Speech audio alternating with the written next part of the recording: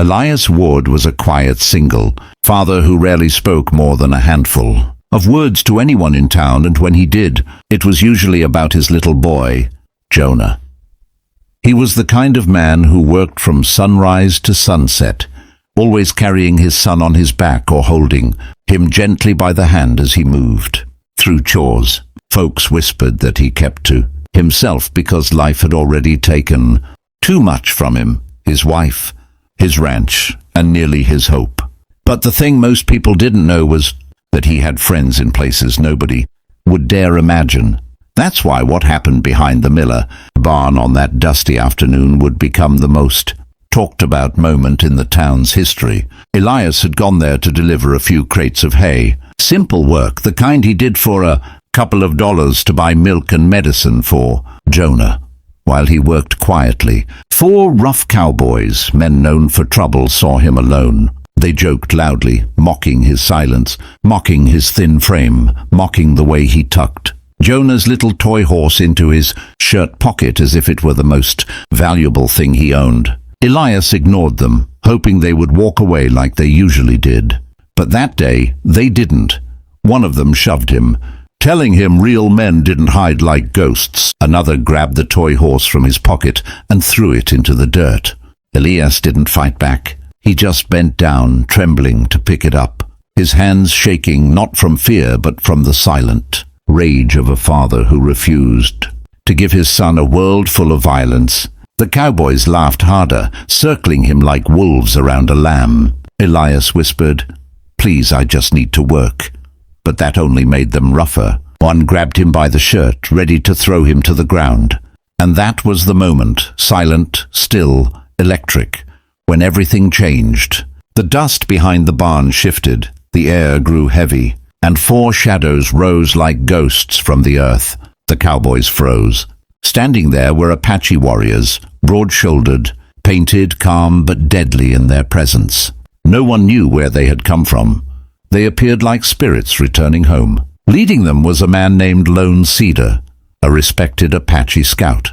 He stepped forward, his voice quiet but sharp enough to cut through the air. "This man is under our protection," he said. "Touch him again, and you answer to us."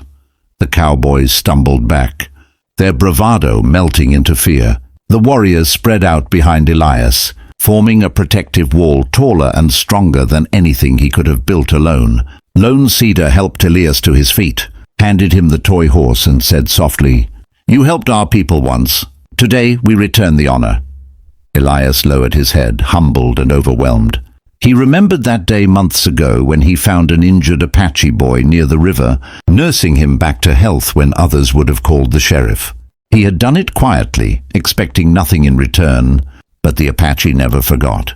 As the warriors stood guard, the cowboys backed away, shaken, unable to speak. And from that moment on, something in the dusty old town shifted forever.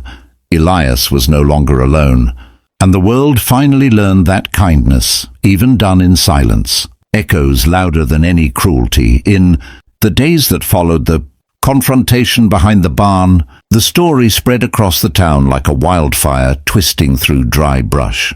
Folks whispered in the saloon, at the general store, at the Sunday church steps, some in shock, some in awe, and some with the realization that they had misjudged Elias Ward from the very beginning. For years, he had been a shadow drifting around the edges of town, doing the work no one else wanted to do, raising his son with gentle hands, never asking anyone for help. But now they saw him differently, not as a weak man, not as a lonely widower, but as someone whose quiet kindness reached far beyond the boundaries of their small world. Lone Cedar and his warriors stayed close for several days, not because they had to, but because that was the Apache way. Loyalty returned where loyalty was given. They helped Elias repair his cabin, fixed the old barn roof, and even carved a small wooden horse for Jonah. People watched from a distance, stunned by the peaceful cooperation they had never imagined. Even the sheriff, who prided himself on controlling everything in town, stood uncertain as he watched the Apache move like guardians through the fields. But just when the dust seemed to settle, trouble returned.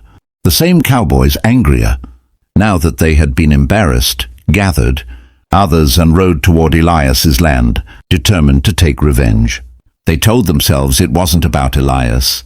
It was about pride, about not being made fools in front of the whole town. As they rode in, guns in hand, Elias stepped out with Jonah clinging to his leg. He didn't run, he didn't beg, he simply stood there, with the calm acceptance of a man who had lived through too much to fear anything anymore. The cowboys yelled, calling him names, ordering him to step aside. Elias didn't speak. He only placed Jonah behind him and waited. And then the ground seemed to hum. A deep, rumbling pulse carried through the earth, as if the land itself were coming alive. Over the ridge, hundreds of Apache warriors appeared, riding in strong, steady formation. Painted, armed, and silent, they descended like a desert storm. The cowboys froze, their guns shaking in their hands. Lone Cedar rode forward and spoke with a commanding calm. This man is family, and family is not touched by cowards. The cowboys, outnumbered and overpowered, finally dropped their weapons. Shame washed over them heavier than any punishment. The town watched from afar as Elias stood, between his son and an army ready to defend him, not because he demanded it, not because he was powerful or rich, but because he had given kindness when no one else was watching. When the warriors finally rode away, Elias knelt beside Jonah and said, "Being strong doesn't mean fighting. It means standing for what's right." And that message rippled across the town, changing hearts more deeply than anyone expected. From that day forward, Elias was never bullied, ignored, or underestimated again. The town finally understood that strength isn't loud, it's quiet, it's gentle, and sometimes it shows up in the form of unexpected warriors. If you want more emotional, powerful Western stories like this one, make sure to subscribe to the channel. Your support keeps these stories alive.